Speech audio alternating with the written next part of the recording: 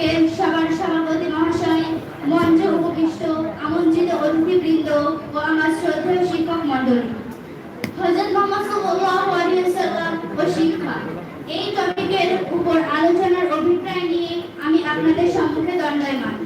মহান আল্লাহর আদাত তথা সুন্নাত অনুযায়ী মানুষকে শিক্ষা দেওয়ার জন্য যুগে যুগে কালে কালে নবী রাসূলগণকে এই পৃথিবীতে পাঠিয়েছেন।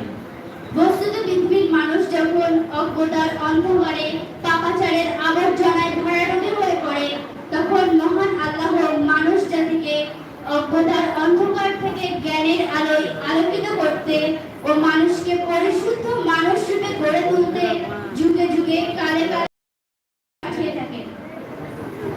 এই ধারার সর্বশ্রেষ্ঠ ভাষ্যকর হলেন হযরত মুহাম্মদ সাল্লাল্লাহু আলাইহি ওয়াসাল্লাম।